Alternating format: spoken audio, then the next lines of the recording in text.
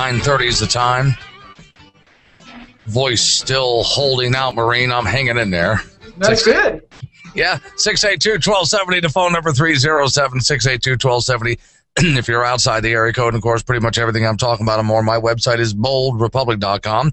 And the website for Wyoming Liberty Group is wyliberty.org. And that's where you go to find out all sorts of information like we're going to find out here. First, I have a suggestion from a friend of mine. He had been talking to me about this for a while, and the more I think about it, the more we've got to ask you guys. You're the think tank. So, okay, when Wyoming became a state, we made an agreement in our Constitution with the federal government. I mean, we have to comply with the Constitution and their laws and so on, right? Well, if they're not holding to the Constitution on the federal level, can't we just go ahead and throw out that little part of our Constitution? Yeah, you got to ask the constitutional lawyers about that. But I don't know if you know, but I'm actually from Canada, and we were joking about this last night with one of the things, and I said, well, you know, if you were from Quebec, you could just separate. Yeah, there you go. Yeah. That's what we're always talking about in Canada, you know, Western separation, Quebec separation. Well, and he's not talking about, you know, seceding from the Union or anything like that. It's just that, look, we have to comply with federal law because we agreed to when we became a state. Well, if they're not going to honor the Constitution, why should we honor that part of the agreement that we made way back when? It makes sense to me. All right, so you were up in a balcony yesterday. You were watching the debate. What was going on? Well, needless to say, at the end of the day, after listening to a very, very long lecture from Representative Madden about how important the gas fuel tax is, how really you're not going to pay all that much. Somehow it's going to be... I told you to bring some caffeine and snacks or you were going to fall asleep up there. I told you, didn't I?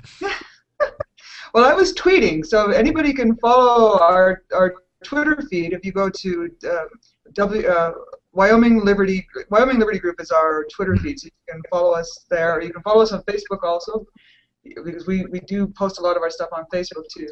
And so I was watching this, and yes, in fact, the lecture was quite long, but I've got to say that the vote was still quite close. 34 of the representatives voted to go forward with the fuel tax increase. It still needs to be read 2 more times in the House of Representatives, then it goes to the Senate. So we still do have an opportunity to kill this, but I really, really must encourage listeners to call your representatives, because this all started on Monday. We had another Revenue Committee meeting. It was 7:30 in the morning. It was minus 14 degrees Fahrenheit. It was extremely cold, and unfortunately, the room that the committee met in, which was a big room, was filled almost completely with suits. There was not one citizen there to speak out about how this was going to impact them. Unlike the last Revenue Committee meeting where we had quite a few citizens, I think that impressed people a lot. Because I've spoken to a number of representatives, and they're all saying, well, you know, I only got maybe 10 emails, I haven't got any calls, I don't think people really care about this. But no, people do care about it. We get all kinds of responses on our Facebook page. I get emails all the time, but and doing that is great, but you must contact your representatives, because if you don't, this tax is going to go through. Right now the vote is pretty close. I think we can still swing enough votes over to the no side, but unless representatives hear from you, they're going to think that you don't really care enough, and this tax will go through. Okay, and part of the conversation I had, and I think the last time we spoke about this, I told you I had Speaker of the House of Lubnow in my studio, and I had Senator Von Flateren in the studio, and they were both making the case that, well, there's just nowhere else to cut. But of course, I think you and I have a list of things that could possibly be cut. In other words, we would need to make a case, wouldn't we? You can't have a fuel tax, but there's something else that we can do instead. Here's that something else. Do we have a case that we can make to them? Well, absolutely. The governor has got $70 million on his spending wish list, which includes about $11 million in pay hikes for bureaucrats. Right. And when we talk a little bit later about some of the other options, we can talk a little bit about that. But $17 million is actually more than what WYDOT, the Wyoming Department of Transportation, would get from the gas tax, because the gas tax increase, although is about $70 million, only about $40 million of that will go to WYDOT. So if we instead use the governor's spending wish list to fund roads, then we would have enough supposedly to make up or to give Whiteout what it is they say they need. Well, this is the part that you mentioned that last time we spoke, and I still don't understand. Okay, they want $70 million to fix the roads. Then how is only $40 million going to YDOT? Why doesn't it all go to YDOT? Well, that's a very interesting thing. Now, Lynn Hutchins, during the debate, came out with an amendment that would essentially take away some exemptions and perhaps take all of it was either Lynn Hutchins or one of the other representatives saying, look, instead of giving this money to the counties and to the local governments, why don't if what we need is to improve our highways, why don't we give the whole thing to YDOT? Well, you can imagine Representative Madden said, oh, no, we just couldn't possibly do that. Now, the reason they just couldn't possibly do that is not because they don't need the money for highways, is because what that would do is start to break down this pro-tax coalition. Because the pro-tax coalition includes the county commissioners group, the municipality lobby group, and if their goodies were to go, I mean, the only reason they're supporting this gas tax increase, fuel tax increase, is because they're going to get a cut from it. But if their cut gets taken away, what we'll start to do is see a collapse of this coalition, and of course the representatives who are in favor of a higher gas tax don't want that. Now, when we're talking about this coalition and they want their cut of it, a cut of it for what? Is it legitimately for local county and city roads, or is it for other little pet projects? Well, no, this is something that's come up a few times, and that is that will the money actually go to pay for road maintenance, or will it go for fancy things on the highways like wider shoulders, fancy, one of the representatives said fancy outhouses. Of course, we don't have outhouses. Well, and I continue to pick on, let's go ahead and build a visitor center in the tourist mecca of Wright. Uh-huh. And I think it's in Thermopolis, they built some very, very nice buildings. They've got these signs. I've got our investigative reporter looking into how much these signs cost. I used to work in a sign shop, and signs are expensive, and the kinds of signs that YDOT puts up, those must be a fortune, and we're looking into that right now. So this is all the kinds of wasteful spending that is going to fancy, really nice things, nice buildings, nice signs. That means it's money that's not going to roads. Now, one of the things that did come up that I thought was kind of interesting in the discussion yesterday was that the bill to hike vehicle registration fees may not go forward. So that's going to be another place where people are not going to be adding in more revenue to YDOT. Now, the amount of money that YDOT actually gets from the registration fees isn't as big as you might think, because some of that money goes to other places. So that's something that might not happen. There was a bill that was going in through one of the Senate committees, in fact, chaired by Senator von Flattering, to study tolling I-80. That's not going forward. Now, but one of the things that is going forward that we should talk about is a bill called HB 78. Now, what that would do is bring the YDOT and the Game and Fish budget under the scope of the governor and legislature. One of the things I've been writing about is this budget cut exercise. And one of my sort of metaphors for the whole thing is it's a bit like Alice in Wonderland, and we've kind of gone down the rabbit hole, and sometimes these budget cuts are a lot less than what they would appear. YDOT and the Game and Fish are two very good examples of that. When Game and Fish starts talking about its draconian budget cut, it's looking at only a very, very small percentage of its total budget, because the cuts are only going to affect a very small part of the general fund budget. The whole budgeting thing is, we want to talk about a lack of transparency. So what would happen then with this HB 78 is that the entire Wyoming Department of Transportation budget, which is actually $500 million a year, not the $270 million that the legislature actually looks at, all of that would come under the scope of the governor and the legislature. So they would be able to see, our elected representatives would be able to see just what exactly is being spent on. I mean, how much have salaries gone up? Which, in the case of Game and Fish, for instance, this is an interesting story. Over the last, between 2007 and 2011, we've seen a 38% increase in salaries at Game and Fish. At the same time, the salaries of people like you and me, the taxpayers who actually have to pay for these salaries, our salaries have only gone up on average by about 11%. Coincidentally, the amount of that salary increase is about $10 million, which is about what Game and Fish is looking for in additional license fees. So we haven't had a chance to do that same analysis with the Department of Transportation. So wait a minute, but I'm sure because we lack transparency, we can't see what's going on with these budgets, we're going to find a lot of examples where we could cut as well. So what the Game and Fish, is this what you're saying? What they're asking for in an increase is just enough to cover their salary increases?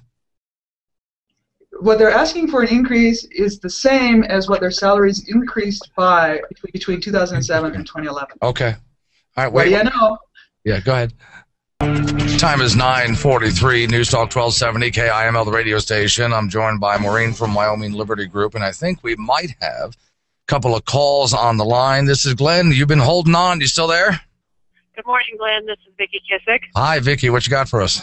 Well, I tuned in a little bit late, so I was wondering if Maureen had talked about Steve Klein coming to Gillette on the 26th of January for our event. That would be, thank you very much. We got that coming up, don't we? That's right. Steve is going to actually come on Glenn's show on the 24th. He'll be up on the 26th. He's going to be, but you really need Steve to talk about that because I'm not totally sure what he's going to be talking about. Right, that's all right. But he will be on the 24th. We'll get a pre-interview. And, of course, you need to show up to the event. We'll tell you all about that. This is Glenn. Who's on the phone? Yes, Don Gerlach. Yes, sir. What you got for us? The question I have is how much revenue have they lost in gas? How much revenue have they lost in liquor sales? So, and I know they have in Campbell County because people driving less and people drinking less. And how much have they lost throughout the state? And now they're trying to make that up, but they're not telling people how much they've lost. All right, good question. What you got? Those are very good questions, and in fact, that's the main reason why we're very concerned about this idea that a gasoline tax or fuel tax is a long-term source of funding for roads. Because as cars become more efficient, and as people go to alternative types of vehicles, electronic vehicles, that means the amount of revenue that this government is going to be, and the federal government is going to be generating through a fuel tax is going to go down and down and down and down. And that brings up an interesting point that came up both on Monday in the Revenue Committee meeting and yesterday during the debate, and that was an amendment that Representative Eklund wanted to bring that would sunset this tax in 5 or 6 years. And I had said to both him and another Representative Lux that the reason that this failed both in the committee and on the floor was because if you put a sunset date on that, what you're essentially saying is that you're not really going to review this tax again for another 5 or 6 years, which means that this tax not only cannot go down or go away or necessarily, but it also won't be able to go up. Because I think that's what people must have in mind if they truly believe this to be a long-term source of funding for roads, that this is going to have to go up every single year. So Don is right. This is a source of revenue, is a bad source. What we need to do is get people to call their legislators to make sure that they vote against this when it comes up again in the House, which might actually be on Friday, so you need to call today. Okay. Now, I keep getting asked this question. Did we ever shut down things like, I don't know, cloud seeding? But one of the things that came up yesterday, of course, was this idea of nothing ever sunsets in the Wyoming legislature. Right. And we've got a couple of examples of that. And so that's the other thing that people need to keep a more close eye on. That, you might support something with this idea that, well, it's going to go away in a couple of years, but nothing ever goes away, unfortunately. Right, especially a tax. Talking with Maureen from Wyoming Liberty Group, 682-1270 is the phone number. This is Glenn, who's on the phone. Hi, Glenn. This is Scott. Yes, sir. Hey, maybe you can answer this question, or Maureen can. I'm trying to figure out what policies in the past have led to this increase. I mean, were we that cheap, I guess, before, and screening expenses and having such a tight belt that we couldn't pay for our roads before, or why? I guess that's what I'm trying to figure out. Is this really justified? Okay. Were we skirting our expenses before that led us to this situation? I mean, can you answer that? Okay, well, and to put it another way, is it suddenly that we need the money? Didn't we have the money before? What happened? Well, in fact, we've got more than enough money, and this is an important point. I mean, spending in the last 10 years, general fund spending and total spending has doubled, and yet we don't have this so-called long-term source of funding for roads. So what we've got is a systemic problem of spending, and more money is not going to fix it. It's just like in the case of education. We spend more than any other state on education, and results are poor. And what's the government solution? We'll spend more. But we've already been spending more and more and more. More money is not going to help. What we need to have are efficiencies at the Department of Transportation. We need to start looking at where they're spending their money, and that's why this bill HB 78 that brings their entire budget under the scope of the legislature will be a good thing. But Scott's absolutely right. We've got a lot of money. We don't need to give this department more money. What that department needs to do, and in fact, the Representative Alan Yagi made this point very clearly yesterday in the debate, they need to start living within their budget. If you and your wife have got a two-income family, one of you loses your job, you can't go to your neighbor and say, hey, I've got this amount of spending, I need this amount of money, and try to force that money out of their pocket. You can't do that, and government shouldn't be able to do that either. Government must, and the Department of Transportation must learn to live within its budget. This is Glenn, who's on the phone. Glenn, Keith, I'm just wondering, is there any way that they should maybe not fund new projects like changing everything to a natural gas vehicle and pay for our roads? And if they need this money so bad, then why aren't those municipalities and government agencies and universities buying these vehicles already on their own without a subsidy? Yeah, good point. Well, and that's when we get back to, Maureen, what are our priorities here? And even the governor has a few of his own pet projects, doesn't he? That's right. I mean, there's money to a wildlife trust fund. There's money to, it seems to be, there seems to be enough money. The governor seems to have enough money to play with, but just for some reason, it's not money that can go to roads. So just what exactly are the priorities here? All right. Is our roads a priority, or our wildlife trust fund a priority, or our pay raises for bureaucrats a priority? We need to decide, because taxpayers are essentially tapped out. We can't be called upon every single year to pay more and more and more, because that means we have less and less and less money to spend on the things that we want to spend on. Right. And it's not just the state that's doing this. I mean, there's local taxes as well, but also the federal government. And just recently, for most Americans, you get your paycheck, and there's a pretty good chunk of change taken out of there as well. So, yeah, we're pretty well tapped out. Maureen got to pay just a few more bills. More with Maureen from Wyoming Liberty Group in just a moment. Hang in there. 9:53 is the time. 682-1270 is the phone number. Maureen's on the line with us, videoing in from Wyoming Liberty Group. This is Glenn, who's on the phone. Yes, Glenn. I just got a question about the wasteful spending that the state does. All right. I drive all around the state driving a big truck, and I constantly seeing, state employees running down the interstate, running down the highways, and they're doing 20, 30 miles an hour, and they're not doing anything. And you've got all these other people that, when you go by the construction site, and you've got, 5 or 6 guys just standing around. Well, let's go ahead and address that. Thanks. I think, Maureen, that goes back to what every government, I don't care where you are in the world, runs into. It's a matter of managing your resources so they actually function within a budget and work at making a profit. There's a lot of waste in any government. So if you have an employee, let's say, working for a power company and it's a for-profit business, he's working his whole tail off. But a state employee, it's a different story, isn't it? Well, that's right, because governments work under different incentives than the private sector. If you waste money and you're a profit-making organization, that means your costs are going to be higher, your profits are going to be lower, and if you keep on doing a bad job, you go out of business. Of course, as we know, governments never go out of business. Right. Well, let's take a look real quick at where we are with this bill. For those people who want to see the gas tax bill, what's its title? It's HB 68, and it's actually cleverly disguised as a highway funding bill. That's what people need to realize. But one of the little fallacies I wanted to bring up just before we go away, is what people need to realize is that even this, what we keep hearing over and over and over again is, oh my goodness, Wyoming highways are in terrible shape. Well, if we look at a report by the American Society of Engineers, even though Wyoming has the second lowest fuel tax in the nation. Among our 6 neighboring states, only Montana has better roads. So what this shows is that fuel tax is pretty irrelevant when it comes to how good of a condition your highways are in.